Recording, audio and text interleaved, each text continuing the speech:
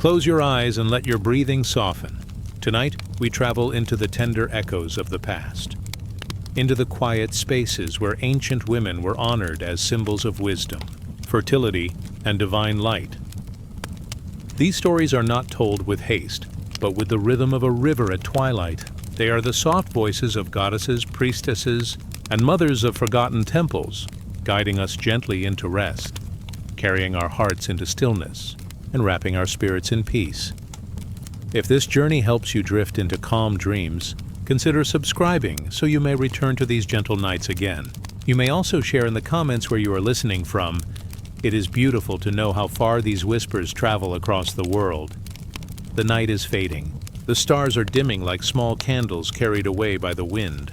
You are resting still and the horizon begins to glow. A gentle warmth, not fierce, not burning, only soft and golden.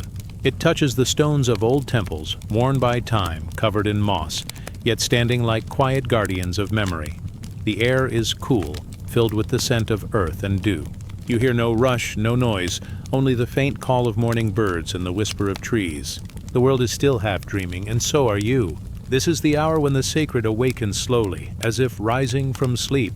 Long ago, women walked these same paths. Their footsteps were light, their arms full of offerings. Baskets of grain, bowls of fruit, and bundles of flowers rested against their hips. Each gift was simple, yet each was heavy with devotion. They walked not in haste, but with the rhythm of breath, steady and sure, like a heartbeat against stone. The temples were quiet, but never empty. The walls carried the memory of countless prayers. Every carved figure, every painted line seemed to breathe with a gentle spirit. The women would lift their eyes to the rising sun, and the first light would fall across their faces. In that moment, they felt close to the divine, closer than words could ever explain. You can see it now. The dawn painting the sky with hues of soft rose and gold. Shadows of columns stretching across the ground like long arms reaching for the earth. Dust rising gently in the morning air, turning silver in the light. The temple doors creak open, not with force, but with the calm weight of time. Inside, the air is cool. A faint scent of incense lingers, mixed with the fragrance of fresh flowers left at the altar. The sound of sandals brushing stone echoes faintly, as though each step is part of a slow, sacred song. The women bow their heads, whispering words too soft to be carried away by wind. Their voices join together, like water trickling into a stream, like threads woven into cloth. They pray for the land, for fields heavy with grain, for rivers to flow clear and steady, for the wombs of mothers to carry life with ease. They pray for harmony, for peace in their homes, for balance in the cycles of day and night. Their prayers are not grand speeches. They are simple, steady, like the pulse of the earth itself. You feel those prayers even now. They linger in the air of the forgotten temple. They linger in the stones beneath your feet. They linger in the morning light, soft as silk against your skin. Their devotion was never lost. It became part of the silence, part of the dawn, part of the breath of the world. The women place their offerings at the altar. Grain spills like golden sand. Flowers rest like stars fallen upon stone. Oil lamps flicker like captured suns. Each gesture is gentle, like a mother setting a child to sleep. Each movement is slow, deliberate, filled with quiet love. And the temple receives it all. Calm, eternal, patient. Outside, the sun climbs higher, but the world is not yet loud. It is still the hour of peace, still the hour when shadows are long and the air is cool. The women step outside again, their faces glowing with the light of prayer. They do not rush back to their homes. They drift as if the world itself were lighter. The temple stands in silence once more. But silence is never empty. The silence of the temple is alive, filled with the hum of bees in the blossoms, the song of birds in the rafters, the breath of wind moving between stone columns. This silence is sacred. It cradles the heart and slows the mind. You are resting within this silence too. You walk with the women, though your feet do not touch the ground. You carry no basket, yet you feel the weight of devotion in your hands. You bow your head, and though your lips do not move, your heart whispers in unison with theirs. Your spirit is part of the offering, part of the dawn. The forgotten temple is not forgotten to you. Its memory rises now, stronger than dust, stronger than time. The women are not gone. Their soft voices ripple through the centuries like water that never dries. They are here, standing with you in this tender light, reminding you that prayers do not fade. They become part of the world, part of every sunrise, part of every breath. Now the light is brighter. The dew on the grass sparkles like tiny jewels. Shadows shorten and the songs of birds grow clearer. The temple glows with warmth, its stones no longer cold, but kissed by sunlight.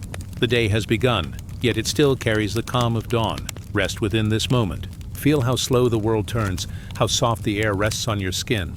There is no hurry here, only the slow rhythm of prayer, the steady warmth of the sun, the quiet strength of the women who walked before.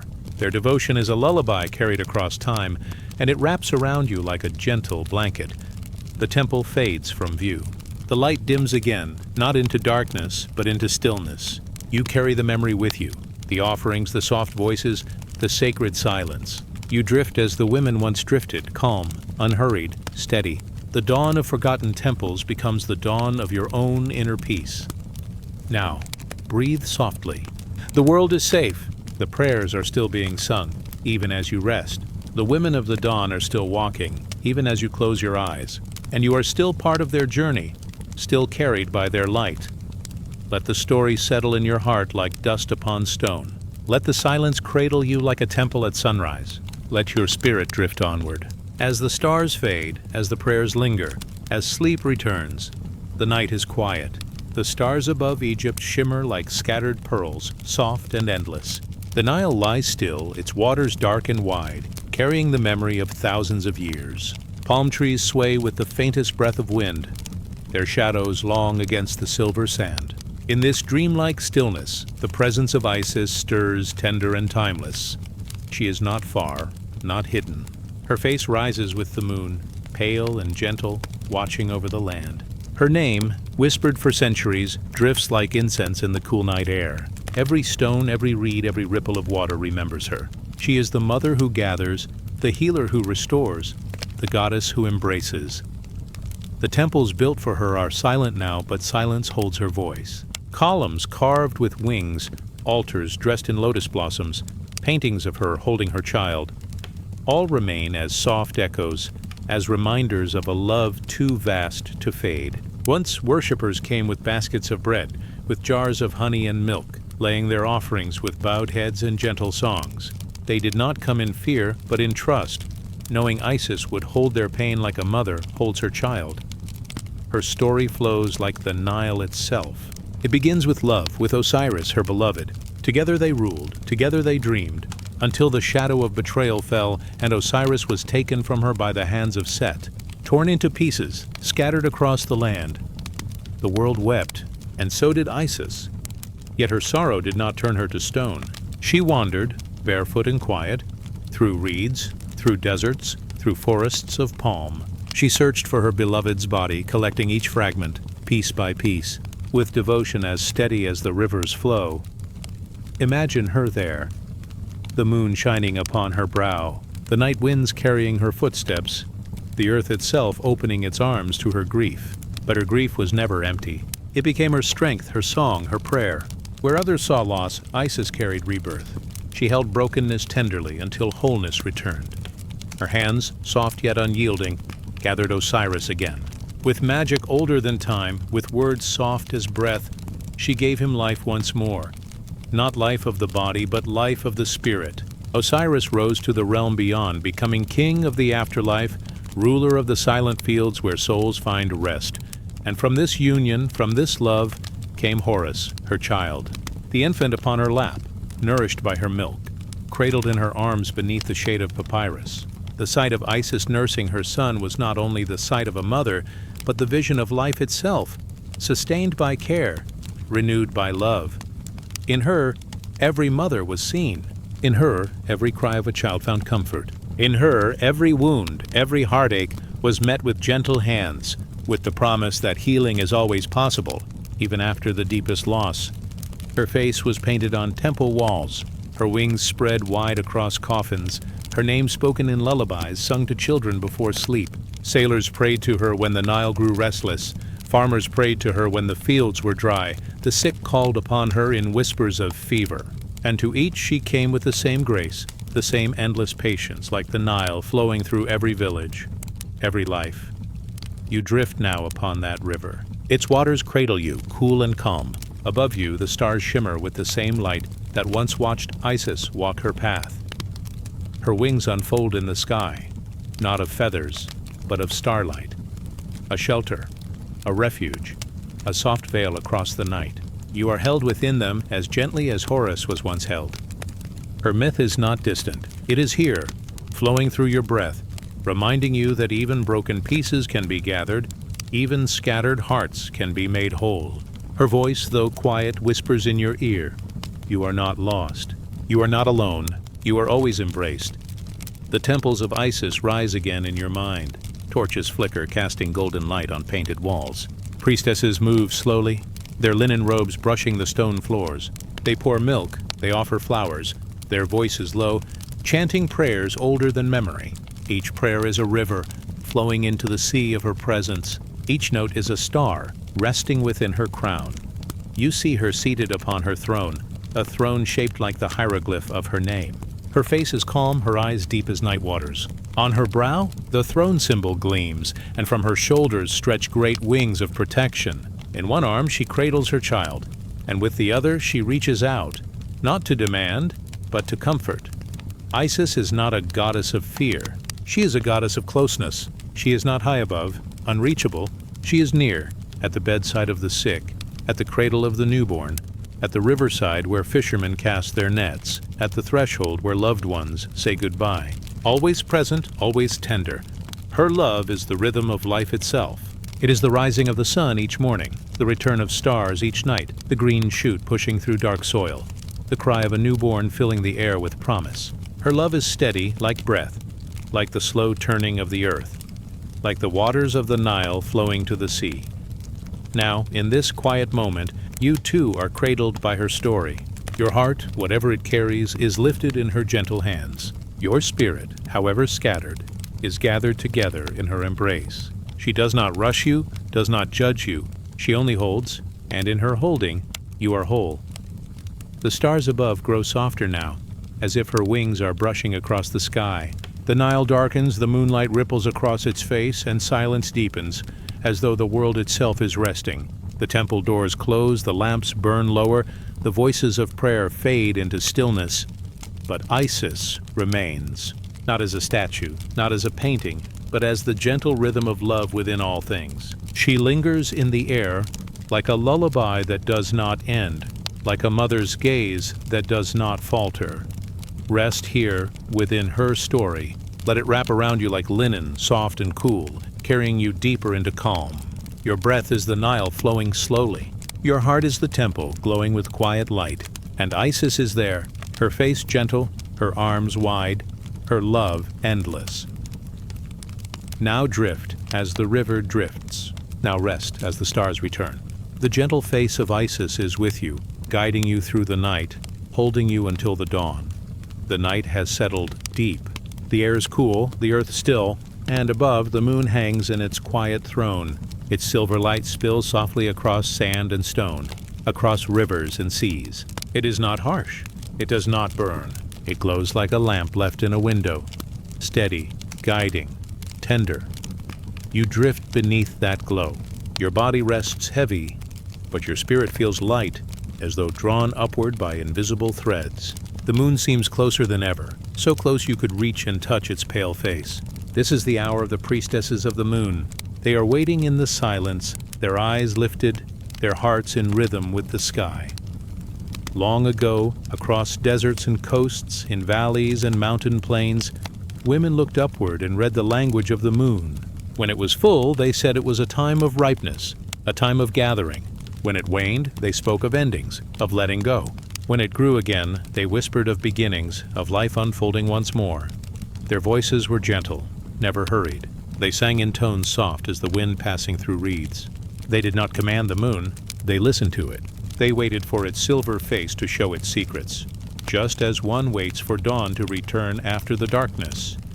The priestesses gathered in circles. Some gathered on hilltops, where the stars looked close enough to kiss the earth. Some gathered by the shore, where the waves followed the moon's command, rising and falling, as steady as breathing. Some gathered in desert silence, the sand glowing faintly under silver light. They wore robes woven from pale cloth. Their hair shone beneath the sky, brushed by the glow of the moon. In their hands they carried bowls of water, reflecting the light like small mirrors. They traced circles in the air, their movements slow, graceful, endless. Each gesture was a prayer, each pause a blessing. The moon was more than light to them. It was a mother, a guide, a keeper of secrets. Its cycles were the cycles of their own bodies. Its rhythms matched their breath. Its light touched every birth, every harvest, every tide. The priestesses knew this, and so their hearts were bound to the sky. You drift now among them. You stand in the circle, though your feet do not press the sand. Their chants surround you, soft as the lull of waves, rising and falling, never loud, always calm. The sound seeps into your chest, into your breath, slowing your heart to the rhythm of the sea, slowing your thoughts to the rhythm of the stars. Look upward. The moon is round, full, glowing with patience. It watches without judgment, without haste. It has seen the world change, yet it has never failed to return. Every night it grows or fades, but always it comes again, reminding the earth that nothing truly disappears, that all things return in their time. The priestesses understood this. They taught that dreams like the moon wax and wane. Some nights they shine brightly, filled with vision and hope. Other nights they vanish, hidden behind clouds or shadow. But even in darkness the moon remains. Even when unseen it is still whole. So too are your dreams, your spirit, your heart. The women traced the calendar in the sky. They marked time not by clocks, but by crescents and circles. Their hands carved symbols upon stone. Their voices carried wisdom to the young. Their hearts knew when to plant, when to gather, when to rest. The moon was their compass, and they its faithful keepers. Soft drums sometimes accompanied their rituals. Not loud, not hurried, only a low, steady pulse like the sound of footsteps walking beside you in the sand. The rhythm joined the waves, joined the breathing of those gathered, until all became one. The earth, the sea, the sky, the heart. You can feel that rhythm now. It is in your chest, in the rise and fall of your breath. It is in the softness of your eyelids, in the gentle drifting of your thoughts, in the stillness of your body as you rest. The rhythm is the moon's gift, a lullaby older than words. In their chants, the priestesses spoke of the moon as a mirror. They believed it reflected the hidden face of the soul. When the moon was full, the soul was revealed, shining bright, complete, unafraid. When the moon was dark, the soul turned inward, seeking rest, gathering strength for the days ahead. Both were sacred. Both were needed, so they told the people, "Do not fear darkness, for it is only a pause. Do not cling too tightly to light, for it too will soften. Trust the cycle. Trust the turning. Trust the endless return." The moon teaches patience. The moon teaches balance. The moon teaches rest. You lie now beneath that lesson. The silver light rests on your skin like cool water. The chants fade into silence, but the silence is not empty. It hums with peace, with the presence of something vast yet kind. The priestesses lower their bowls of water. The light within them flickers and settles. They close their eyes, their lips still moving, their prayers drifting upward like mist. The circle grows still, as if the night itself is holding its breath. The moon glows on, calm and eternal. It leans closer to the earth, touching rivers, touching mountains, touching you. It reminds you that you too are part of its circle, that your life moves in its rhythm, that your spirit waxes and wanes, but always remains whole. Now, the night deepens. The stars grow softer, the air cooler, the silence wider. The priestesses return to their resting places, their chants lingering like echoes in the sky. The waves continue to rise and fall, steady as ever, gentle as sleep. You remain, resting in their memory. You are wrapped in moonlight, sheltered by silver wings, carried by the rhythm of the tide. Your breath is slow, your body still. The moon smiles above you, its face gentle, its light eternal. Now drift onward, now rest as the stars return. The priestesses of the moon are still watching, guiding your dreams, holding you in their circle softly, endlessly through the night. The night grows deeper. The air is cool and the forest waits in silence. Mist curls between the trees, pale and thin, like threads of silver drifting across the ground. Above the canopy, the stars shine faintly, small lamps in a boundless sky. Some shimmer, some fade, yet all remain part of the great pattern. woven into the dark fabric of night. You drift quietly into this forest. The soil is soft beneath your steps, and the branches overhead sway like watchful arms. No sound breaks the air except the gentle rustle of leaves and the faint pulse of your own breath. It is here, in the stillness of this old land, that the weavers of fate are said to live. In the oldest stories of Europe, hidden deep in mountains and groves, 3 figures sit in timeless vigil. They are not queens nor warriors, but gentle women who hold a power greater than crowns. They are the spinners of destiny, the makers of the thread of life, the ones who weave the stories of all souls. Their home is not a palace, but a small, shadowed chamber carved from the heart of stone and wood. A fire burns low within it, casting a warm glow against walls lined with roots. The sound of crackling embers mixes with the rhythm of spinning wheels. Around them lie bundles of thread, threads of every shade, of every length, some thick, some fine, some glowing softly like starlight, some dark as midnight itself. You step into their chamber, though your feet make no sound. The air hums with stillness, as if the forest itself is holding its breath. The first weaver, ancient and calm, sits with a spindle in her hand. Her hair is silver as moonlight, her gaze steady as a mountain. She draws new thread from the air, spinning it with care, whispering as she works. She is the beginning. From her hands every life is born. She spins threads for children yet to breathe, for seeds yet to grow, for rivers yet to carve their paths. Each line of thread carries a name, a heart, a journey. Each glimmers for a moment in the firelight before passing to her sisters. Beside her sits the second weaver. Her face is neither young nor old, but balanced, quiet and watchful. Her hands move in steady rhythm, measuring the threads, weaving them together. She places one beside another, binding them into cloth, a fabric that grows endlessly, stretching far beyond the walls of the chamber. She is the middle. She is growth, time, and choice. She guides the thread through the loom, interlacing it with others, binding one soul to another, one moment to the next. It is her hands that weave joy beside sorrow, strength beside struggle, rest beside labor. Through her, each life becomes part of a vast tapestry, woven with countless others. At last, in the shadow near the fire, sits the third weaver. Her eyes are deep and soft, as though they have watched countless sunsets. In her lap rests a simple pair of shears. She does not rush. She does not fear. She waits until a thread has reached its length, until its story has been told. Then, with a motion quiet as a sigh, she lifts her shears and closes them gently. She is the ending. She does not end with cruelty, but with kindness, with rest. To her, every thread that falls is a story complete. Every soul returns to the stillness, folded back into the great fabric of the universe. The firelight catches her eyes, and in them glimmers not sorrow, but peace. Together, the 3 sisters sit, spinning, weaving, and finishing. They do not argue. They do not hurry.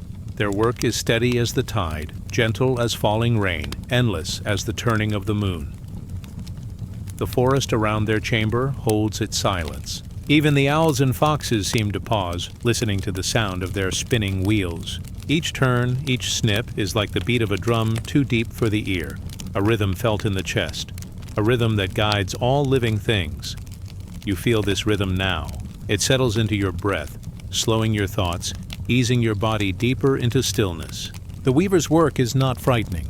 It is soothing, patient, and eternal. It reminds you that you are not lost, not separate, but always held in the fabric of life. The old stories tell of how the fates whisper as they work. Their voices are low, almost like the wind through pine. They do not speak in commands. They murmur songs of birth, songs of growth, songs of endings that are also beginnings. Each thread hums with its own note, and together they form a song too wide, too soft for human ears to grasp fully. But if you close your eyes, you may sense it. The hum beneath the silence, the music beneath the night, a lullaby that has been sung since the first dawn and will continue long after the last sunset. The weavers do not ask you to understand. They ask only that you rest, to trust that your thread has its place, that it shines where it must, that it binds where it is needed, that it will one day rest with peace. Look at the fabric stretched across the loom. It glows faintly in the firelight. Threads of gold, silver, deep blue, gentle green, some bright, some dim, yet all woven together into a single whole. Each crossing, each knot is a meeting, a memory, a moment. No thread is alone. No life is forgotten. The ancient forests knew this truth. The rivers that carved valleys, the winds that bent trees, the animals that wandered beneath the moon, all were threads, woven into the endless design. The priestesses, the travelers, the dreamers, all were part of the tapestry too, their stories shining for a time, before returning quietly to the loom. You drift deeper into this vision. You see your own thread, glowing softly, woven beside many others. It touches those you have known, those who walked before you, and those who will follow. It is not short, not long, but exactly as it must be. Its light flickers gently, not with fear, but with peace. The fire burns lower now. The weaver's hands still move, but their figures grow softer in the shadows. The mist drifts again across the forest floor, like fine strands of silk unraveling into the night. The rhythm of the spinning slows, and the silence deepens. Your eyes grow heavier. Your breath grows longer. The threads blur, the forest fades, but the peace remains. It lingers in your chest, in your thoughts, like a gentle hand resting upon your heart. The weavers continue their work, but you do not need to watch. The rhythm will hold you. The fabric will cradle you. Your thread is safe, woven into the endless design. Now drift onward. Now rest as the stars return. The forest breathes in stillness. The fire glows faintly, and the weavers of fate spin on, quiet, patient, eternal, guiding you softly into sleep. The night folds around you like a cloak. The stars gleam faintly, their light resting on still waters. A river flows quietly through the dark, its surface glimmering with the reflection of the moon. The air is cool, touched by the scent of wet earth and reeds. Every ripple moves slowly, like the soft rise and fall of breath. You drift toward this river. Its sound is not loud, but steady, constant, like a gentle voice repeating an ancient prayer.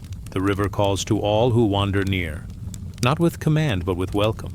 It has always been here, long before temples, long before cities, long before the first fires were lit by human hands.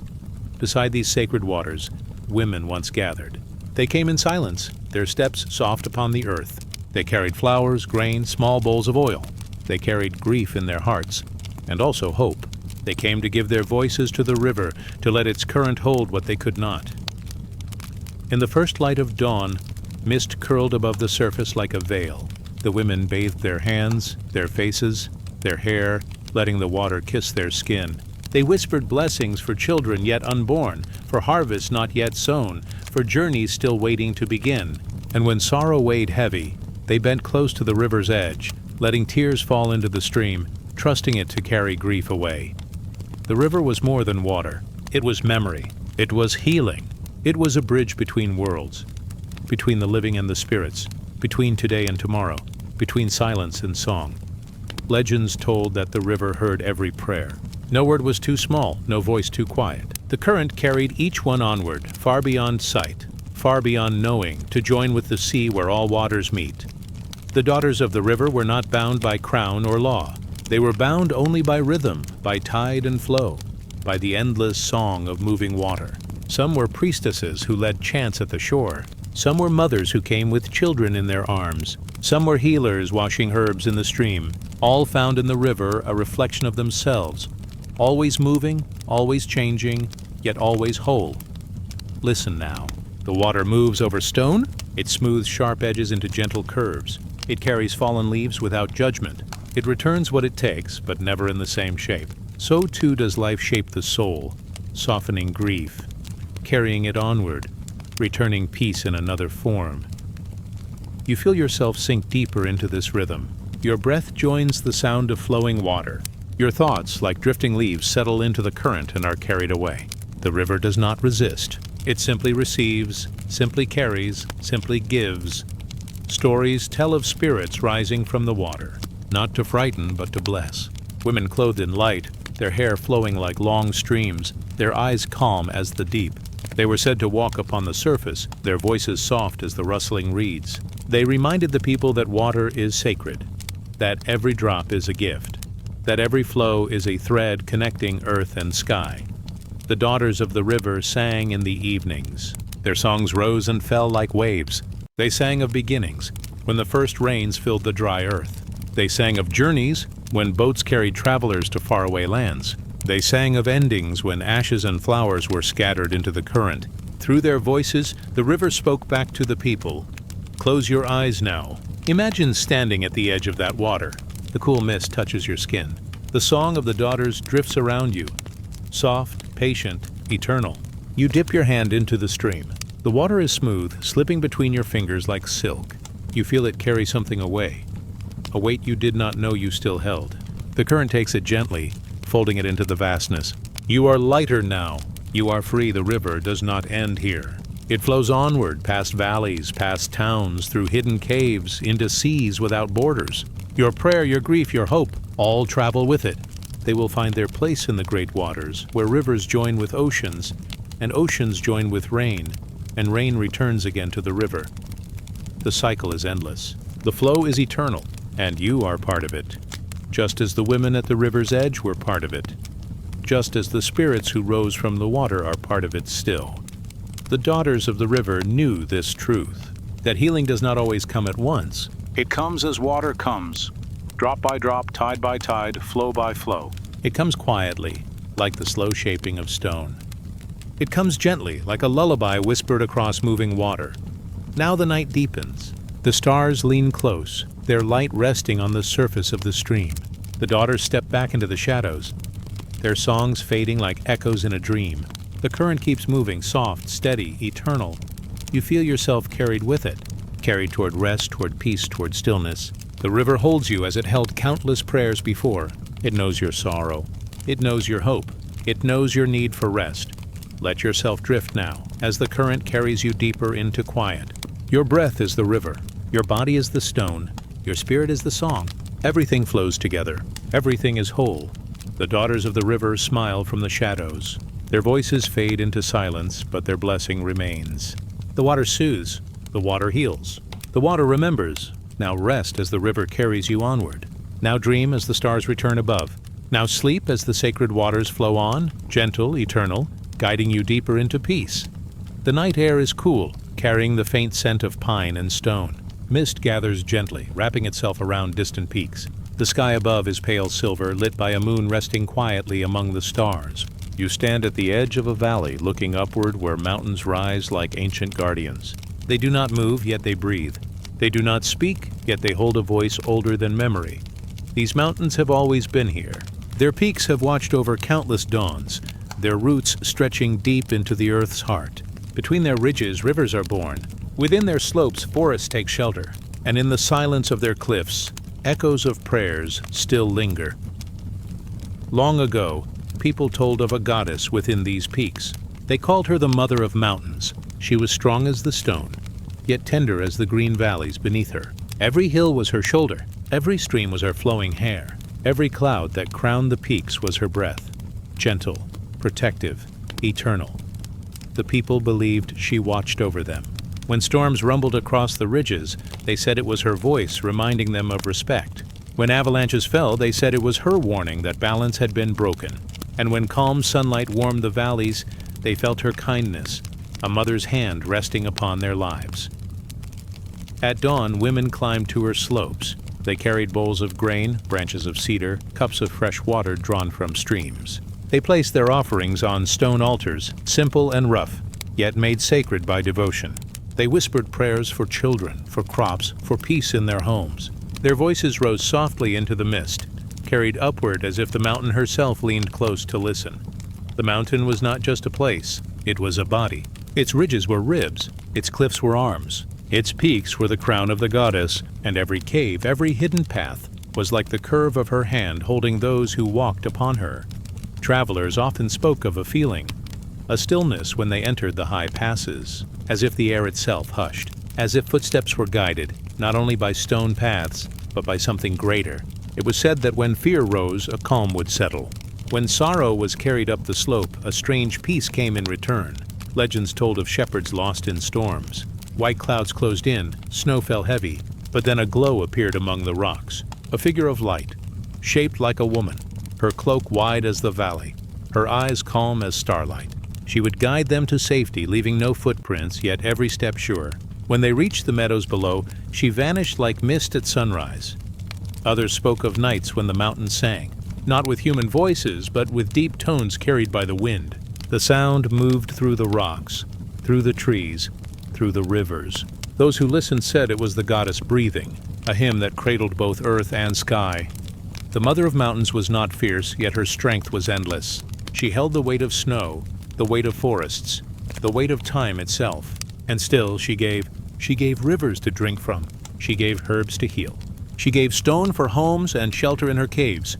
Her giving never ended, just as her peaks never crumbled. You imagine yourself now walking along her slopes. The air grows cooler as you climb. The ground is firm beneath your feet, yet soft moss cushions your steps. A hawk circles above, its wings gliding soundlessly. From far below comes the faint sound of a stream, threading through the valley like silver thread. Every breath you take feels deeper, as if the mountain herself shares her lungs with you. There are flowers here, too, delicate blossoms clinging to rock, purple, white, pale blue, fragile yet unshaken by winds. They are her jewels, her quiet decorations. Even in the harshest places, she lets beauty grow. The people once told children that the mountain's heart was alive, that deep inside, beneath layers of stone, her spirit glowed like fire. That warmth moved upward, feeding springs and streams. It was her lifeblood forever flowing into the valleys. To drink from those waters was to drink her blessing. To bathe in them was to feel her embrace. And so, many came, not only to pray but to rest, to lean against stones and feel the slow heartbeat of the earth, to listen to winds moving through the peaks like songs, to close tired eyes and surrender their burdens. The mountain received them all, without question, without condition. At night, when fires flickered in the valleys, villagers would look up to her dark silhouette. They said her figure rose like a guardian in sleep, her peaks like watchful eyes, her slopes like open arms. Children would curl under blankets, feeling safe, knowing she stood above them. Now imagine the stars gathering above her crown. One by one they appear, each resting upon the ridges like candles lit in the sky. The air grows still. Mist drifts slowly along the slopes. The world seems hushed, as if even time has slowed. You sit at her base, watching the shadows of peaks fade into night. The earth beneath you feels strong, unshakable. It holds your weight with ease, just as it has held mountains for ages. The silence is not empty. It is full of memory, full of presence, full of her. The Mother of Mountains whispers in ways beyond words, through the rustle of pine needles, through the hush of falling snow, through the echo of rocks shifting deep below. Her voice is not loud. It is steady, reassuring, eternal. She teaches in silence. That strength can be gentle. That stillness can hold more power than storms. That time is not an enemy, but a river that shapes us slowly, softly, endlessly. The night deepens. Clouds drift across the sky, yet the peaks remain, unchanging, unshaken. You feel her presence around you like a vast cloak of stone and mist. Her arms are the valleys, her breath the wind, her gaze the stars. You are small beside her, yet held, protected, beloved. Let yourself drift now. Like mist along her slopes, like rivers flowing from her heart, like stars gathering above her crown. The Mother of Mountains watches over you as she has watched over all who came before. Her blessing is quiet. Her blessing is peace. Her blessing is rest. Now close your eyes. The peaks fade into shadow. The valleys sink into silence. The stars burn softly, keeping their watch. Let the mountain cradle you. Let her strength become your calm. Let her silence become your sleep. Now rest as the Mother of Mountains holds you close. Now dream as the night drifts deeper. Now sleep as her eternal gaze lingers above, gentle and near, strong and everlasting. The night is quiet now. Shadows rest against stone walls. A single flame flickers in the distance, its light steady, its glow warm, its silence deep. You drift inward, toward a place where time moves softly, where footsteps are hushed, and every breath feels like prayer. The air is filled with a faint fragrance. Sweet herbs, burned upon sacred fires. Smoke curls upward, slow and delicate, like threads of silver weaving into the sky. This is the Temple of Delphi, a sanctuary carved into the slopes of the holy mountain. Here the stones are old, their edges worn smooth by countless hands, countless prayers, countless years. Here silence is not empty. It holds the voices of the past. It carries the whispers of the future. Within the temple sat the oracle. She was a woman chosen not by crown, not by wealth, but by silence and by breath. The people called her the Pythia. She sat upon a simple tripod of bronze, her feet resting on the earth, her eyes half closed, her lips parted in stillness. She did not speak at first. She only listened. To the earth, to the air, to the unseen that moved between. Sacred vapors rose from a hidden cleft beneath her seat. They curled around her, soft as mist at dawn. They wrapped her in a gentle veil, like the mountain itself exhaling. The people believed it was the breath of the goddess Apollo, carrying visions across the veil of the unseen. Around her stood priests and petitioners, waiting with bowed heads, their voices hushed. Kings came with heavy crowns. Farmers came with rough hands. Mothers came with quiet prayers. Each carried questions. Each carried hopes. Each carried fears. The oracle spoke little. Her words came slowly, as if from far away. Sometimes a murmur, sometimes a chant, sometimes only a single phrase. But each word was treasured, for it was believed not hers alone, but the goddess speaking through her. The temple filled with reverence. No one hurried. No one pressed. They listened as though the world itself had stopped. They listened as though stars themselves leaned down to hear. Legends say that once a great king came, asking whether he should march to war. The oracle's eyes were half closed. Her voice rose, soft as the rustle of leaves. She told him, "A mighty empire will fall." The king believed it was his enemies. He marched, and it was his own kingdom that crumbled. Her words were never lies, never false, but like a river they curved and flowed. Those who came had to listen not only with ears but with hearts, with patience, with humility. The oracle's chamber was dimly lit. Torches burned low. Shadows leaned across the stones. Her face, calm and still, seemed touched by a light unseen. Her hands rested gently on her lap. Her breathing rose and fell with the rhythm of the smoke. Some said that when she spoke, time slowed. The crackle of the torch grew faint. The rustle of robes faded. Even the beating of hearts softened. It was as though her words opened a doorway, not to tomorrow, not to yesterday, but to the eternal now. Others told of moments when her voice was like song, not loud, not sharp, but carrying a resonance that lingered in the chest long after. Those who left her presence often said they felt lighter, as if some unseen burden had been lifted, as if her whisper had entered not only their ears but their souls.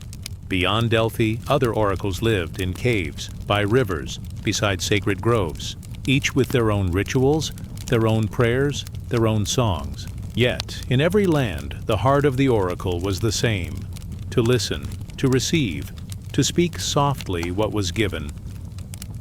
In far-off lands, women sat by rivers, their faces turned toward rippling water. They closed their eyes, listening to the language of currents. The water carried secrets.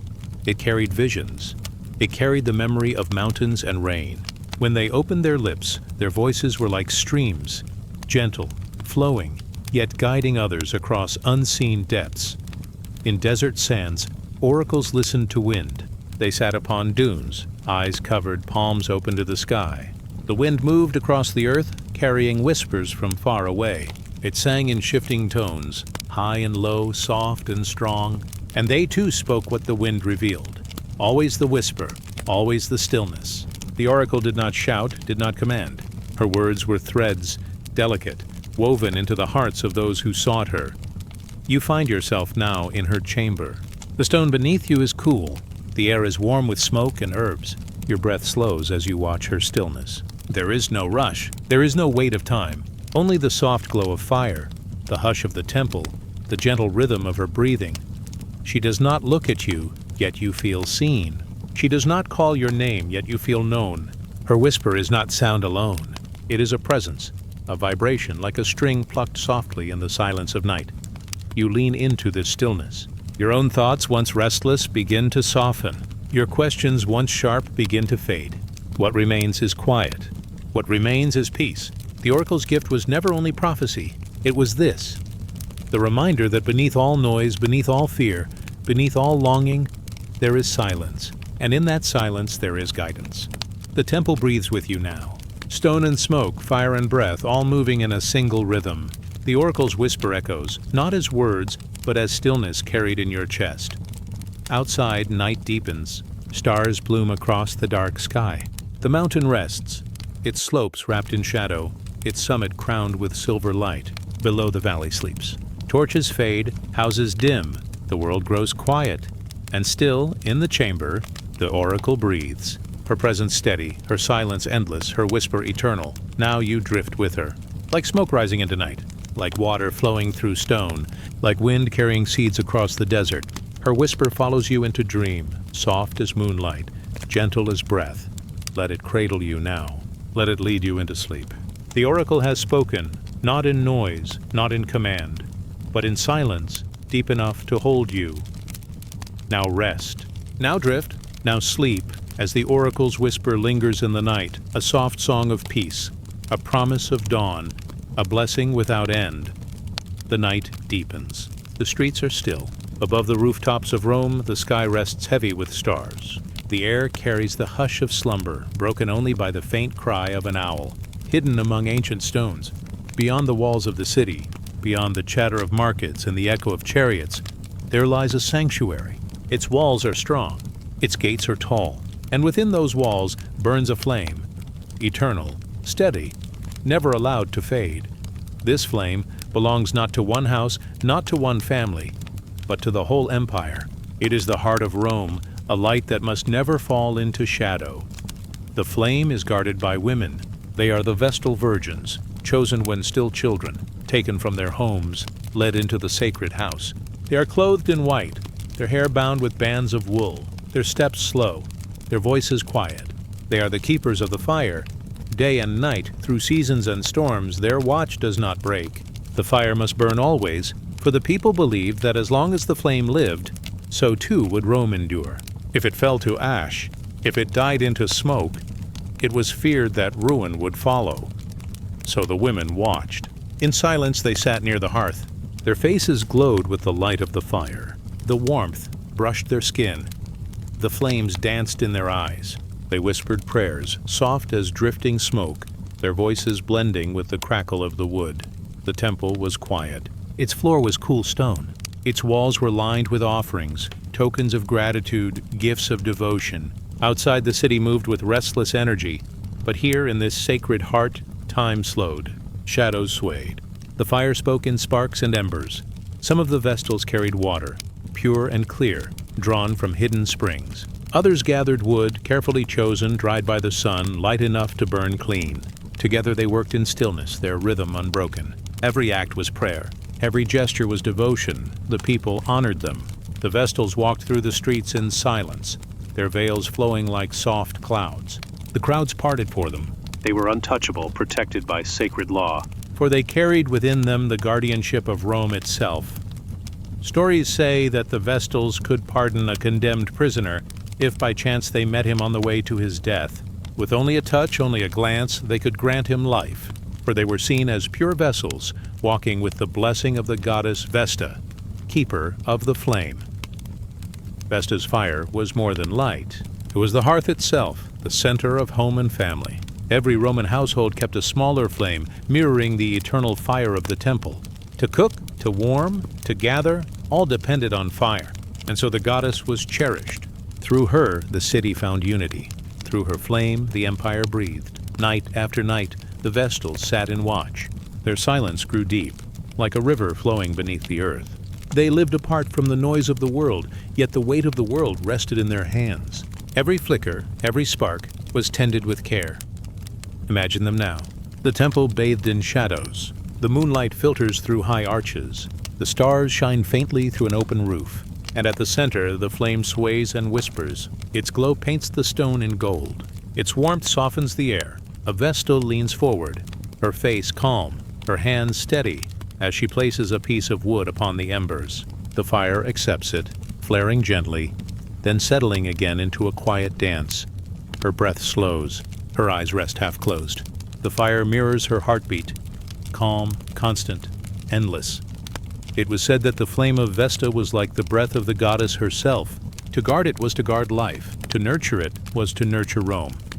And so the women became symbols of strength, not through sword or crown, but through stillness, through patience, through devotion. Seasons turned. Winters passed. Summers burned. Kings rose, emperors ruled, empires expanded. But always, through every change, the flame endured, always tended, always alive. And though centuries have drifted by, though the temple stands now as ruins, stones broken, walls silent, still the story of the Vestals lingers. Still the memory of their quiet watch glows like embers in the mind. The eternal flame becomes a symbol, not only of empire, but of the fire carried within every heart. The quiet strength, the steady warmth, the light that must be tended. Each soul holds such a flame, small, delicate, yet infinite. It flickers with breath. It glows with hope. It warms with love. Like the Vestals, each person guards a sacred fire inside. It must be cared for. It must be fed with kindness, with stillness, with gentle devotion.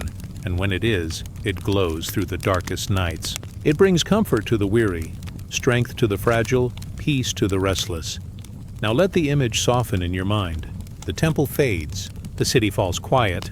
The women, in white robes, rest in stillness, their faces bathed in golden glow. The flame dances softly, its light a lullaby, its warmth a gentle embrace. The fire becomes a dream. It becomes the pulse of sleep itself. Each flicker, each spark, draws you deeper into calm. You drift as though wrapped in its glow. Your thoughts fade, your breath slows, your body rests in warmth and peace. Let the sacred flame burn on. Let it watch as you close your eyes. It needs no effort. It asks nothing of you, only that you rest, only that you breathe, only that you drift like smoke into the quiet sky of dreams. The fire is eternal. It will not fade. It will not fail. It will burn gently through the night, a promise of peace, a guardian of rest. Now, let go. Let the warmth carry you. Let the flame guide you into sleep. Softly, slowly, eternally. Rest now as the keepers of the sacred flame watch in silence. Rest as the stars return. Beneath the stillness of the night sky, a desert lay open and endless, its sands stretching like a sea of golden silence. The stars glowed above, scattered like small lamps across a vast and quiet dome. The air was cool, yet beneath it lingered the memory of the day's heat, still hiding in the stones, still whispering from the dunes. In this wide and arid world, life seemed fragile. Yet in its fragility there was strength, a gentle and steady kind of endurance. Among these sands, a story unfolds, soft as wind, across the dry earth. It is the story of the women who were called the roses of the desert. They bloomed where others could not, carrying beauty, patience, and survival within them. Their lives were like petals, thin yet strong, bending yet unbroken. Each woman was seen as a blossom of resilience. Where water was scarce and the soil gave little, their spirits grew deep roots. Like the acacia tree, standing alone yet alive, they found ways to gather strength from silence. Their songs rose with the wind, carrying the memory of those who walked before them, and the hope of those who would follow. At dusk, when the desert cooled and shadows stretched long, they would sing. Their voices were not loud but soft, woven with the rhythm of the wind and the pulse of the earth. They sang of journeys, of long roads beneath burning skies. They sang of wells hidden in the sands, of water found after days of thirst. And they sang of beauty, not fragile, but steadfast. Beauty that endured in hardship, beauty that shone even in scarcity. The desert itself was their teacher. It whispered that life was precious because it was rare. A single flower, blooming in the sand, could hold more wonder than a garden. A single drop of water shining in the palm could be a treasure greater than gold. And so these women learned to live in gratitude, to find grace in the smallest gifts. They wore the desert's lessons in their hearts. They walked lightly upon the earth, careful as though each step might wake the sand. Their eyes shone like starlight, calm and deep.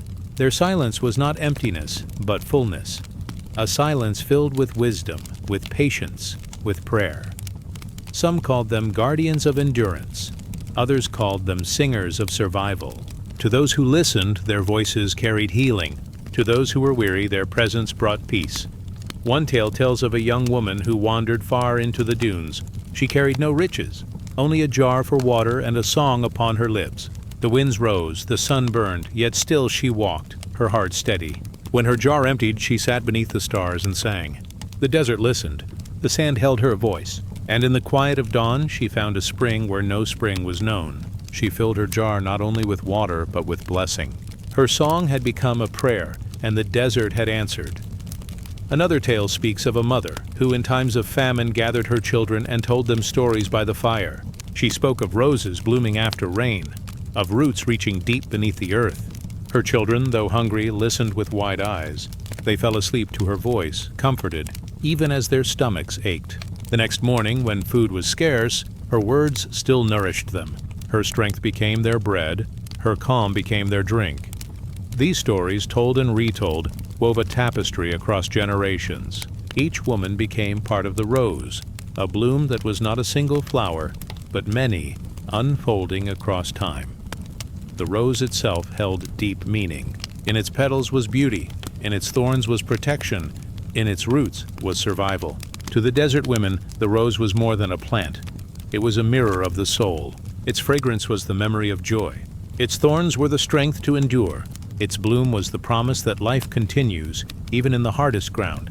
They carried this rose in their songs, in their jewelry, in their prayers.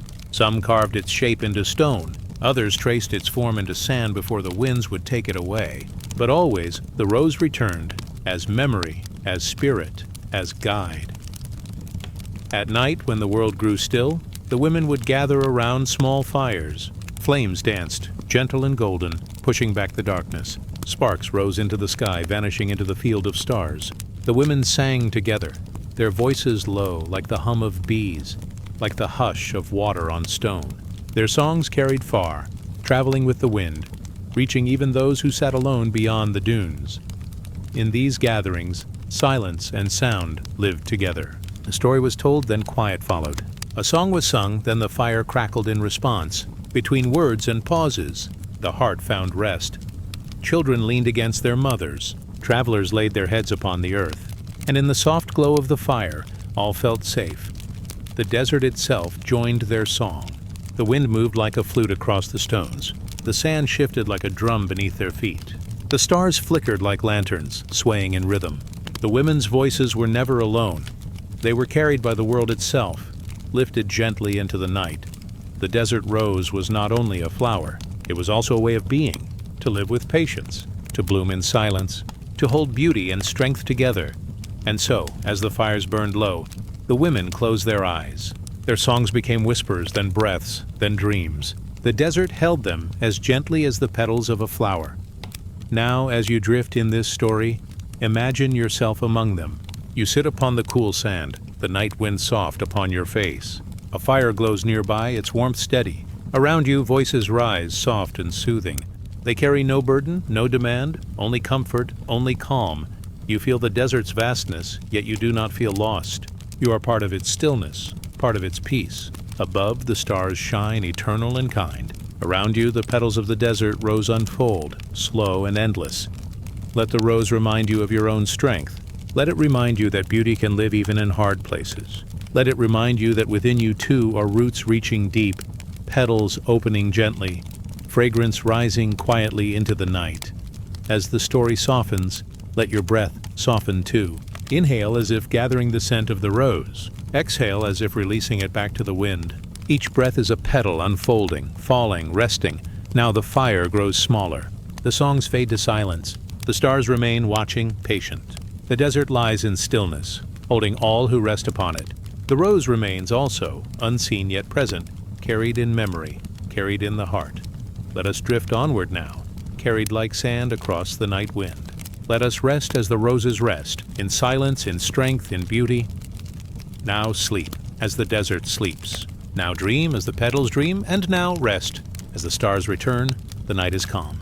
The air is soft and still. Beyond the walls of an ancient temple, the moon rests high in the sky, silver and gentle, casting its glow across stone and garden. The world seems hushed, as if listening, as if waiting. Within the temple, oil lamps flicker.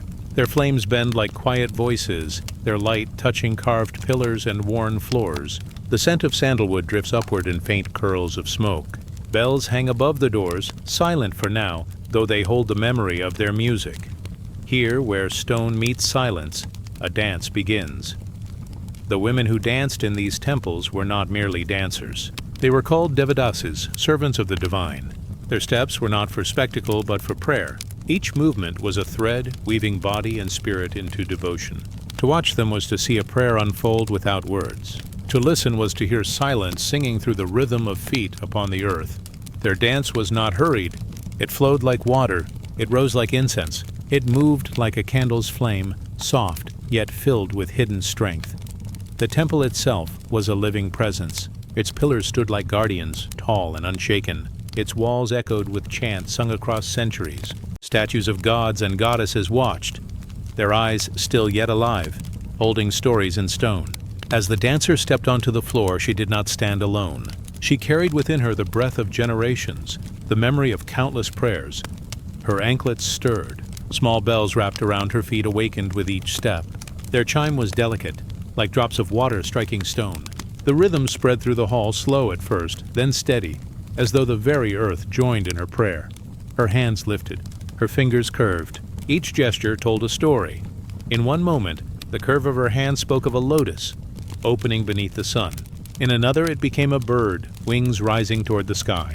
At times, her fingers traced rivers flowing endlessly. At times, they shaped the moon, glowing in the palm. Her body was an offering. Her breath was a hymn. Her dance became devotion made visible. To the watchers, the dance was art. To the dancer, it was surrender. She did not perform for eyes. She performed for the unseen, for the eternal. Each turn, each glance, each step was a whisper. I am yours. The music that guided her was simple yet deep. A drum, soft and steady like a heartbeat. A flute, carrying notes like wind across a field. Sometimes a voice low and calm, singing words of praise. Together they wove a path, and upon that path her feet glided. The hall, once silent, was now alive. Shadows moved with her, flickering against the walls. Flames bent toward her as though drawn to her movement. Even the air seemed to pause, caught between stillness and song. Her devotion was not only in grace, it was in endurance. Hours passed as she danced, yet she did not tire. Each step was carried by faith, each gesture by offering. She was like the river, flowing without end, never exhausted by its journey. The watchers too were carried. Their minds grew quiet, their hearts slowed. They forgot the dust of the world outside, the burdens of their days. All that remained was rhythm, light, and presence. It was said that when such a dance reached its height, the divine itself would enter the hall, not in form but in feeling, not in sight but in silence. The air would thicken with peace, the lamps would glow brighter, the stars beyond the roof would seem to lean closer, and in that moment, heaven touched earth, unseen yet certain. One story tells of a dancer who offered her prayer every night without fail. Through drought and storm, through feast and famine, she stood before the deity and danced. One evening, when her strength waned and her body faltered, she whispered in silence, "If my step fails, let my devotion remain." And as she stumbled, the bells upon her feet rang clearer than ever. The watchers swore they heard not only her anklets, but 1,000 unseen anklets dancing with her. They said the divine had joined her in that instant, carrying her when her body could not. From then on, her story was told as a reminder. Devotion is not in perfection, but in surrender. Another tale speaks of a temple where famine struck, and no feast could be prepared, no garland offered. Yet one woman still came to dance. She had no jewelry, no fine cloth, only her body and her spirit. She stepped upon the stone floor and let her heart move through her limbs. And the god of the temple, it is said, appeared in a dream to the people that night, saying, "Your offerings are empty, but her dance feeds me. Through her, I am honored." From this, the people learned that beauty is not in gold, nor in flowers, but in the heart that gives without holding back. The dance of devotion was more than art. It was memory. It carried stories of gods, of battles, of creation and love. With a glance, a dancer could show the birth of the cosmos. With a step, she could show the journey of the sun. With a gesture, she could tell of longing, of separation, of reunion. The body became the script, the hall became the page, the divine became the reader. But it was also silence. Between the movements there were pauses. Between the drum beats there was stillness. And in that stillness devotion deepened. For silence, too, was prayer. Now imagine yourself there. You sit upon the cool stone floor, the air filled with sandalwood and lamp smoke. The flute drifts, the drum whispers, the bells on her ankles chime like stars. Her eyes lift, then lower. Her hands shape the moon. then open as a flower. You watch, but more than watching, you feel. The hall softens around you. The pillars seem lighter, the shadows longer. You feel as though you too are part of the dance. With each breath your body sways inside, quiet, unhurried, graceful.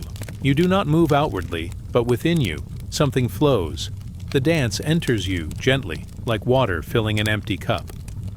The night grows deeper. The moon climbs higher. The dancer's steps slow, as if carried now by dream. The bells fade softer, the drum quieter, the flute a distant note. Her hands lower, her eyes close. The dance ends not in finality, but in stillness, as though it has only paused, waiting for another dawn. The lamps burn low. The smoke curls upward and disappears. The hall returns to silence, though its silence is richer now, filled with memory. The temple sleeps, but it sleeps in devotion, wrapped in the fragrance of prayer. So, too, may you rest. Let the rhythm fade, leaving only peace. Let the image of the dancer remain graceful and calm. Let her devotion guide you into stillness. Breathe softly now. Each breath is a step, each exhale a bow, each silence a prayer. Let us drift onward as the dance drifts onward. Let us rest as the temple rests, now dream as the dancer dreams, and now rest as the stars return. The night is quiet, wrapped in its deep blue cloak. A soft hush rests across the land. Far on the horizon, where the darkness begins to pale, a faint glow rises, the first promise of dawn. You drift into this tender hour, the time between shadow and light. The air is cool, touched with dew. The stars slowly dim, though they linger, unwilling to leave. Birds stir in the trees, their wings rustling softly, their songs waiting to be born. The world holds its breath, as if listening for something sacred. It is here, in this fragile space, that the midwives of old moved gently among their people. Women of quiet strength, of patient hands, of voices like lullabies. They carried with them not only herbs and cloth, but the weight of tradition, the whispers of prayers, the memory of generations. The work of these midwives was more than duty, it was devotion. They stood at the edge of mystery, between the world of spirit and the world of earth. At each birth, they held open the doorway through which life arrived. Their hands, calloused yet tender, were trusted more than gold. They knew the language of the body, the rhythm of breath, the signs of pain and release. They also knew the language of the unseen, the blessings spoken into the night, the charms tied with thread, the chants that carried both mother and child into safety. They were keepers of dawn. For every child's cry was a rising sun, new and luminous. Imagine a small dwelling lit only by firelight. A mother lies in labor, her body swaying between waves of pain and rest. Outside, the sky is still dark, but within, the midwife leans close. She murmurs words, soft as feathers. Breathe, child, breathe. The earth opens, the river flows. Her hand rests upon the mother's brow. Her fingers move like blessings across her skin. Between contractions, she offers water, sweetened with herbs. She hums a tune passed down from her grandmother, a melody sung to calm, to steady, to anchor. The fire crackles, shadows dance. The air fills with the smell of sage and warmth. And then, a cry, sharp and bright, cutting through the night. The newborn arrives, slick and fragile, wrapped swiftly in waiting arms. The mother weeps, the midwife smiles, and the world shifts. For one more soul has crossed the threshold. These midwives were more than healers. They were guardians of beginnings. Some said they carried a spark of the goddess within them. Among the Greeks they were compared to Artemis, protector of women in labor. In Egypt they whispered prayers to Hathor, the motherly one who guided birth. In tribes beneath desert skies, their songs were lifted to the Great Mother, who spread her hands across stars and sand alike. The midwife did not claim this power as her own. She only held it for a moment like a vessel holds water, then poured it into the child who arrived. Her presence gave courage to those who trembled. Her voice softened the fear of death that always hovered near birth. For in those days, birth was both miracle and danger, a fine line walked with grace and trust. One story tells of a midwife who was called the Dawn Bearer. No birth under her care ever came in silence. Always, she sang, her low song weaving through the cries. She sang to remind the mother that she was not alone. She sang to call the spirit of the child safely into the world. She sang to honor the ancestors, who stood unseen, waiting to welcome the newborn into the line of life. When she herself grew old, her daughters took up her song, and so it was said that in that village, children were never born into silence. They entered the world through music as though the air itself carried them forward. Across deserts, forests, mountains, and islands, midwives shaped the first moments of countless lives. They were the first to hear a baby's cry, the first to hold its fragile body, the first to whisper blessings into its ear. They often gave the child its first bath, washing with water gathered under moonlight. Some would place honey on the lips, a taste of sweetness to mark the path ahead. Others brushed ash or earth upon the forehead, a mark of grounding, a reminder, you belong to this soil, you belong to this sky. Each tradition was different, yet each carried the same truth, that birth was sacred and the midwife was its tender guide. The dawn deepens now. The horizon glows with gold. You see the figure of a midwife standing outside a hut, her shawl pulled close against the morning chill. She gazes eastward, watching the light spread. Behind her, a newborn rests in its mother's arms. The cries have softened into breath, steady and calm. The midwife whispers a prayer to the rising sun. Guide this one, warm this one. Let this life grow long and good. Her words drift into the air like smoke. They mingle with the songs of waking birds, with the hum of insects, with the rustle of leaves. The earth receives them, the sky carries them. There were times when births were hard, when the night stretched long and the mother faltered. In those hours, the midwife became both anchor and light. She spoke to the child as though it could hear. Come gently, do not fear, you are awaited. She spoke to the mother. You are strong, you are river and stone, you are dawn itself. If the birth ended in sorrow, the midwife stayed still, cradling silence with as much care as she had cradled joy. She knew that to guard the doorway of life was also to witness its fragility, and so she carried both joy and sorrow like twin flames in her chest. Her strength was quiet, but it was endless. For the people, these women were memory keepers. They had seen generations enter the world. They carried stories of families, of bloodlines, of struggles and blessings. In their eyes, a newborn was not just a child, but a continuation, a thread added to the vast tapestry of existence. To the newborn, the midwife was the first guide, the first touch, the first voice. Before the mother's lullaby, before the father's embrace, there was the midwife's whisper, "Welcome." As the sun now rises, the world brightens. The stars vanish one by one. The village awakens, smoke lifting from hearths, animals stirring in their pens. Yet within the home where birth has just taken place, there is stillness. Mother and child rest wrapped in warmth. The midwife, weary but calm, sits nearby, her hands folded, her gaze soft. She waits, watching, listening to the small breaths of new life. Outside, the light spills across the land, gentle and golden. Inside, a flame of devotion burns quietly, the devotion of a woman who has given herself to the beginning of others. So let this image remain with you as you drift deeper into rest. The midwife of dawn, standing at the threshold, holding the moment between night and day, between spirit and flesh, between silence and the first cry. Her hands are steady, her voice is soft, her presence is peace. Now let your own breath slow, let your body ease, as though wrapped in the shawl of that gentle woman. Let your mind rest, knowing you too are cradled by a presence unseen. Let us drift onward, carried by the light of dawn. Let us rest as the midwife rests. Now sleep, as the stars return to their hidden sky. The night opens slowly, like a flower unfolding beneath the quiet hand of the moon. A hush lies across the land. The stars rest above, scattered like soft jewels on velvet. A cool wind drifts, carrying the smell of pine, of damp soil, of leaves touched with dew. Somewhere far away, water moves gently over stone. The sound is steady, like the pulse of the earth itself. You find yourself entering a grove, hidden deep within the forest. The trees rise tall, their trunks straight as pillars, their crowns woven together like a roof of green and silver. Between them, the sky peeks through, a window to the heavens. The air here is softer, more ancient. It feels as though time slows, as though every breath lingers longer in the chest. This is no ordinary grove. It is a place where spirit and earth touch, where roots reach downward and branches stretch upward, carrying prayers between worlds. It is here that women gathered. Sisters of devotion, guardians of the sacred grove. They came barefoot, their steps soundless on moss and soil. Shawls draped across their shoulders, hair loose like flowing rivers, they carried bowls of herbs, jugs of water, and bundles of flowers. Some wore garlands of ivy, others carried small flutes carved from reed.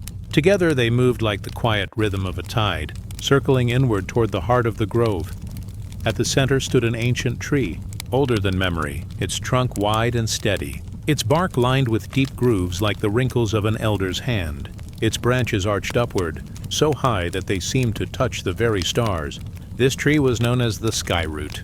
It was believed that the heavens bent down to rest upon its crown, and the earth pressed upward beneath its roots. Here, at this living altar, the sisters gathered. They sang not for themselves, but for the harmony of the land. Their voices rose like gentle smoke, twining with the night air, calling to the unseen. Their songs were simple, yet filled with power. One was for rain, to soften the soil, to bring forth rivers and green fields. Another was for peace, to cool the anger of men, to still the storms within hearts. Another still was for the animals, for the flocks in the meadow, the fish in the streams, the deer who grazed beneath the moon. Each voice was like a thread. Alone it was delicate. Together they wove a cloth strong enough to cover the world in calm. Their harmonies were not rushed. They rose, they lingered, they faded like waves upon a shore. Some sisters danced slowly, their feet brushing the earth, their arms lifting like branches in the wind. Others pressed their palms against the great tree, whispering into its bark, as though it could carry their prayers upward to the sky. In many lands, stories spoke of such groves. Among the Celts, there were tales of women who kept the oaks, guardians of the Druids' secrets, voices of prophecy carried through leaves. In Greece, whispers told of priestesses of Artemis, who gathered where wild trees grew thick, offering songs and silence to the goddess of the hunt.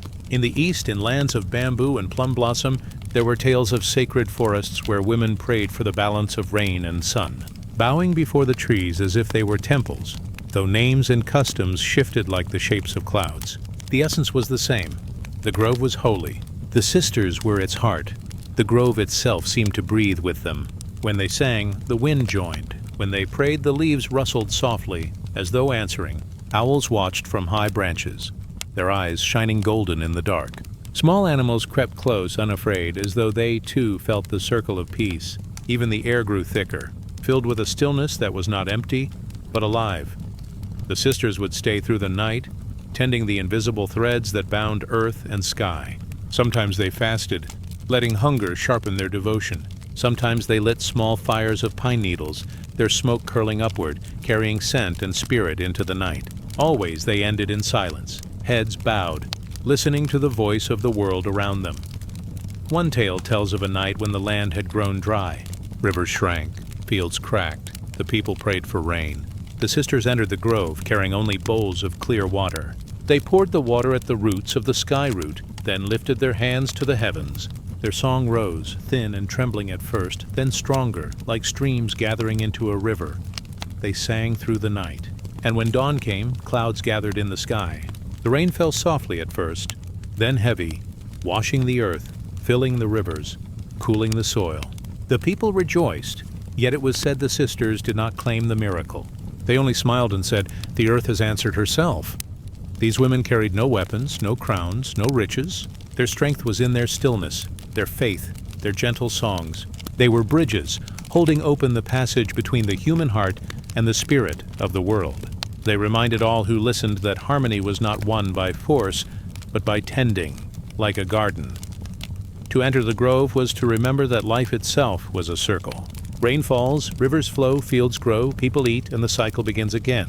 Birth, death, return, all woven together beneath the sheltering branches. The sisters knew this, and their prayers carried the rhythm of the circle, the eternal turning of the seasons. As the night deepens, you walk among them in silence. You feel the soft soil beneath your feet.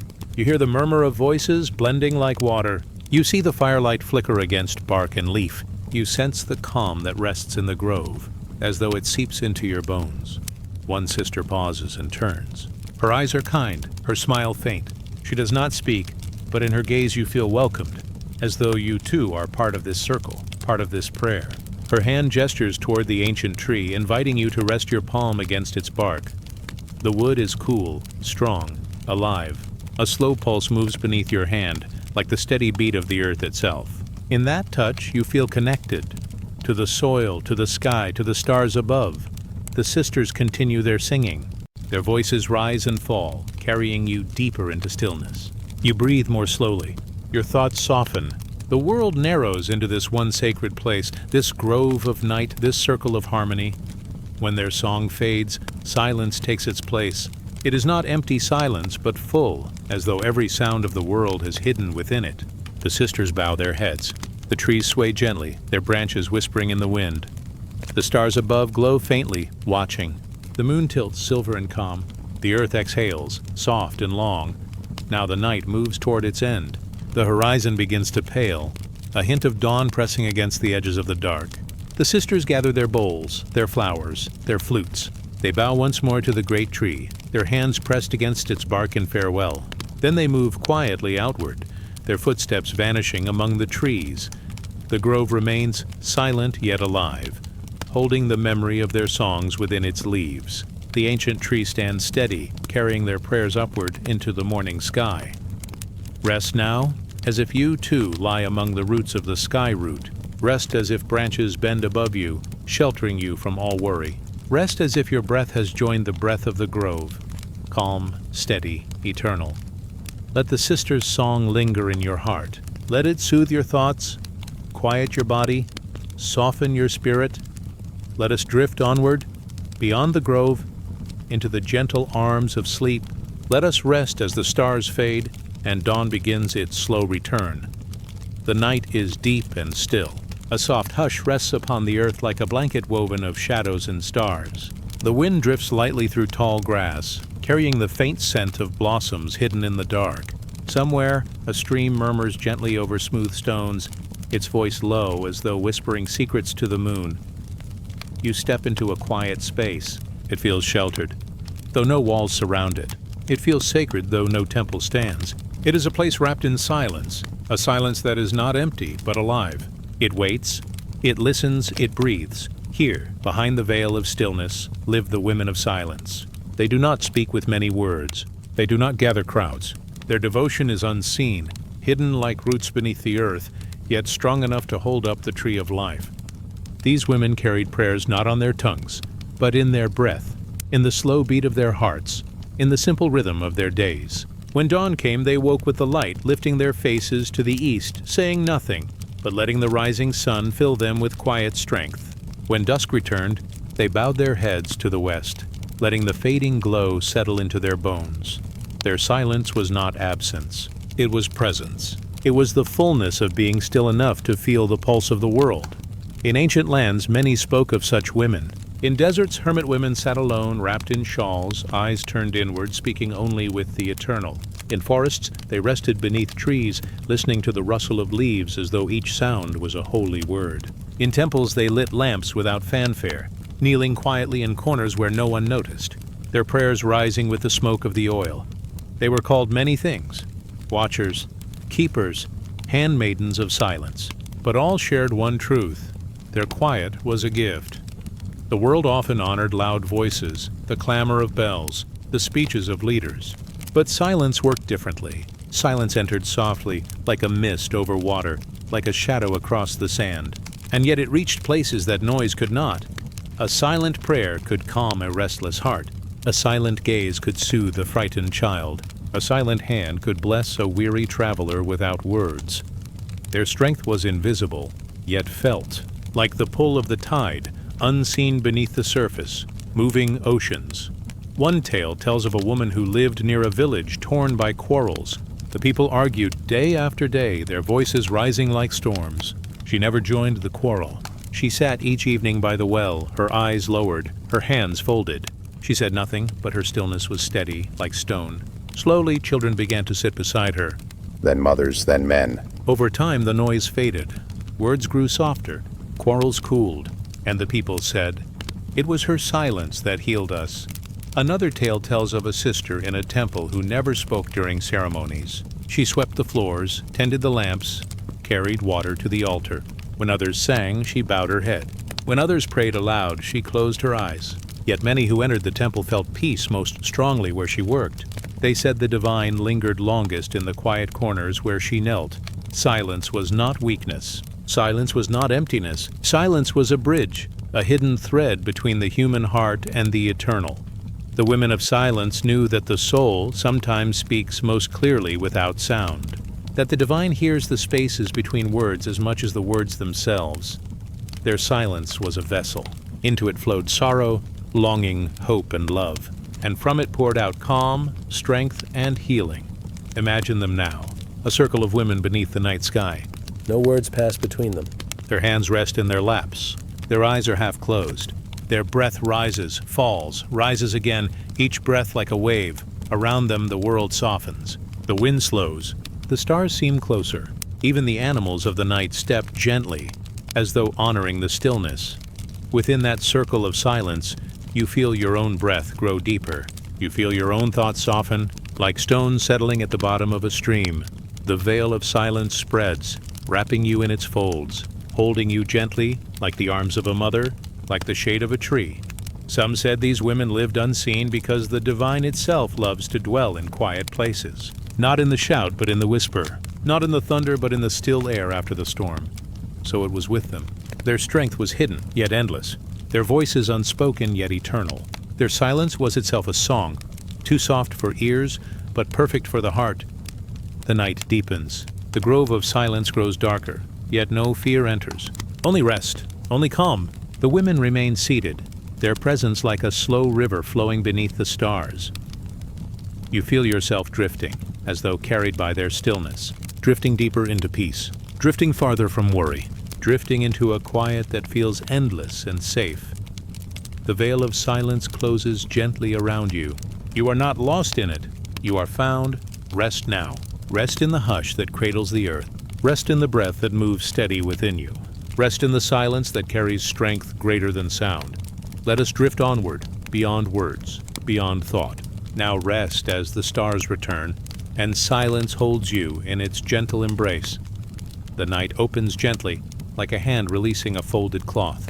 Above, the heavens spread wide, dark yet filled with light. Each star rests quietly in its place, like candles lit upon an endless altar. The world below is still. The listener drifts, carried by the calm rhythm of the unseen night. There is an old story told in whispers of the Queen of Stars.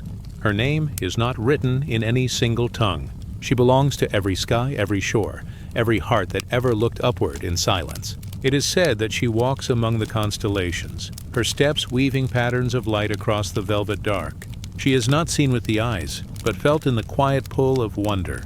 When sailors lost their way, when lovers waited at windows, when dreamers closed their eyes at twilight, her presence was near. The stars, people once believed, were not only fire and stone. They were memories of souls glowing softly, their light traveling across endless time. Each star held a story. Each star held a prayer. Together, they formed a great tapestry, and at the center of that weaving shone the Queen. Her crown was not of gold, but of starlight. It shimmered with patience. It glowed with care. No jewel could ever match the calm of her radiance. She carried the weight of silence, and yet her silence spoke with warmth. The elders told children that when you looked at the night sky and found the brightest star, you were seeing her lantern. It guided not only ships at sea, but also the tender hearts of those who felt alone. The Queen of Stars did not descend to earth, yet she was near as breath, as near as the soft pulse of the heart. Listen, the story says, and you will hear her presence in the still air. It is like the hush before dawn. It is like the moment after prayer. No thunder, no command, no weight of fear, only the deep comfort of being watched over by light.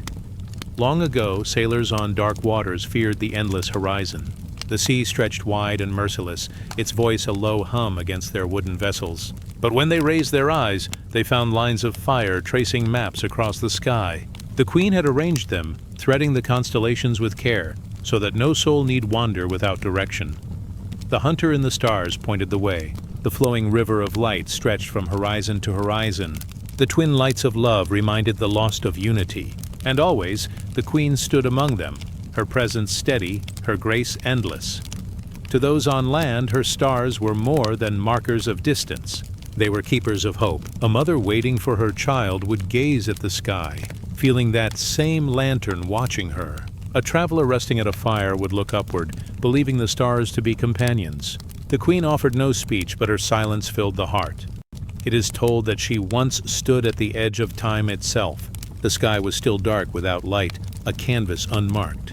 From her hands flowed rivers of silver fire, streaming outward until the void was clothed in beauty. She painted the heavens not for herself, but for all who would one day lift their gaze. She knew the path of every pilgrim, the longing of every dreamer, the tear of every widow, the song of every child. In each one she placed a star.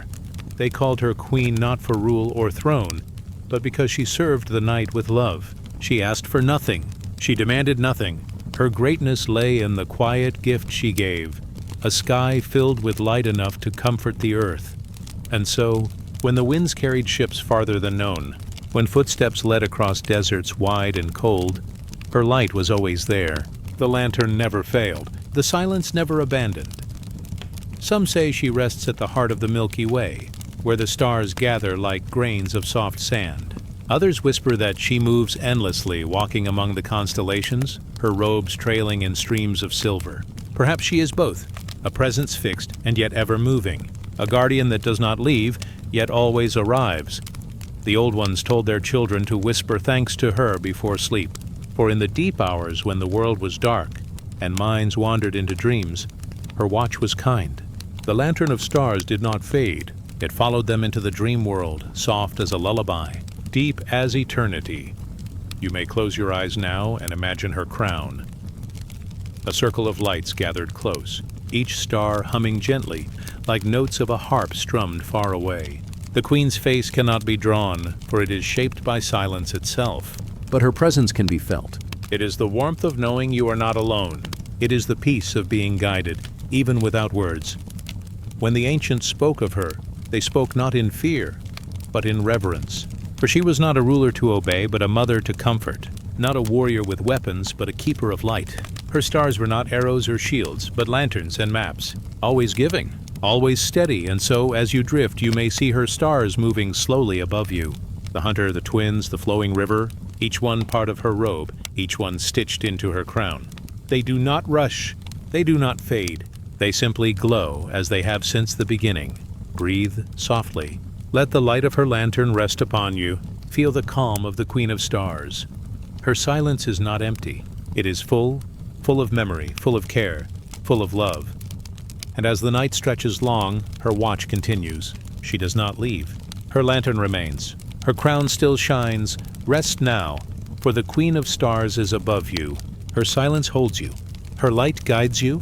The heavens have been painted for your comfort. Let your thoughts fall like leaves upon still water. Let your breath move like tides under the moon. The Queen of Stars watches. Her lantern is bright. Her crown is calm. Sleep and drift into her silence. Sleep and follow her light. Sleep until the dawn comes, gentle and new. Now rest as the stars return, and the Queen of Stars keeps her watch. The night is soft once more. The winds are quiet, as if they too are resting. Above, the stars glow with calm, and the moon lays her silver veil across the sleeping earth. You are here, resting in this sacred stillness, as the story unfolds like a slow river, carrying you deeper into peace.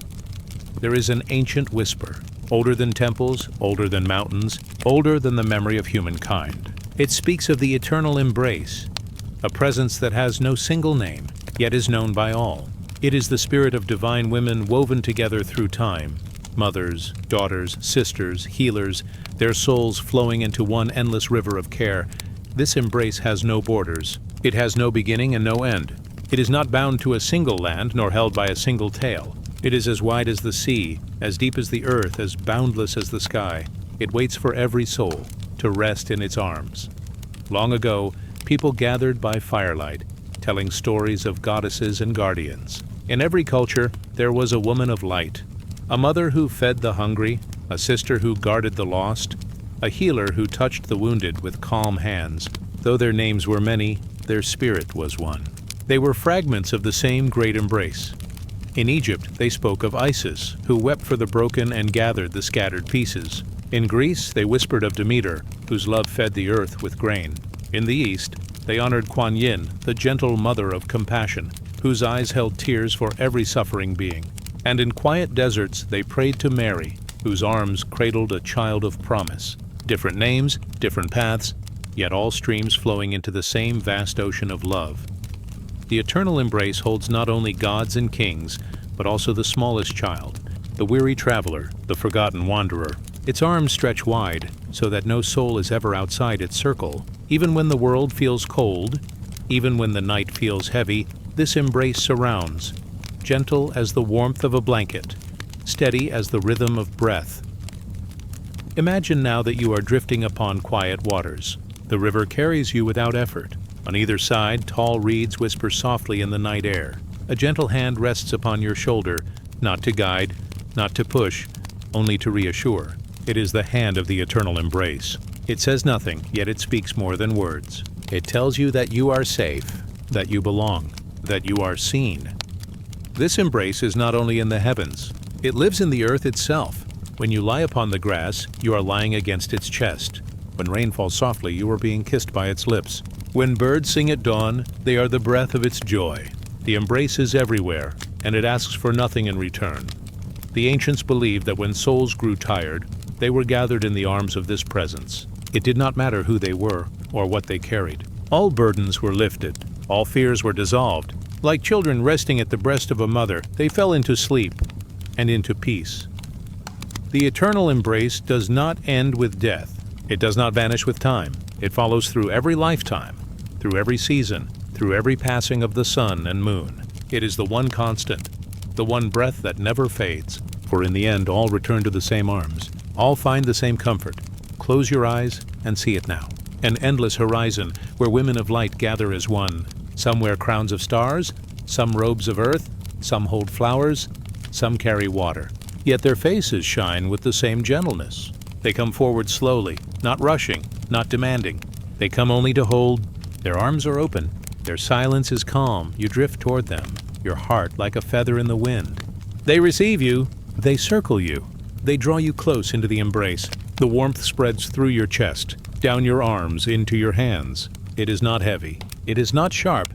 It is soft, like resting against velvet clouds.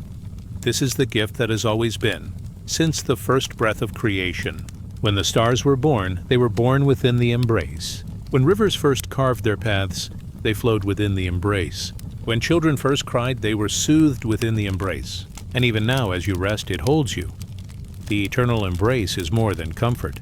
It is the memory of unity. It reminds every soul that separation is an illusion. That loneliness is only a passing shadow. Beneath all fear, beneath all pain, there is always the circle of arms waiting to draw you near. Some say that in dreams you can see the embrace as light. It takes the shape of glowing figures, standing like guardians at the edge of sleep. Others feel it as warmth, a fire in the chest that does not burn but soothes. And still others hear it as a song, a lullaby carried by wind without words, yet filled with meaning. In every form, it is the same embrace. Let your breath slow now. Each inhale draws the embrace closer. Each exhale settles you deeper into its arms. There is no need to hold, no need to resist. Simply rest. Simply drift. For tonight, the eternal embrace surrounds you. It holds your tired thoughts. It soothes your weary body. It gathers your spirit, tucking it gently into peace. The mothers, daughters, sisters, healers, they are all here. They are not far. They are not gone. They are as close as the stars above, as near as the breath within you. They hold you now, as they have always held, as they always will. Sleep in their arms. Let the night cradle you. Let the silence carry you. The eternal embrace is endless. It will not break. It will not fade. It will not leave. Now rest as the stars return. Rest as the moon watches. Rest as the eternal embrace surrounds you. The story softens, the night deepens, and you drift, safe in the gentle arms of forever.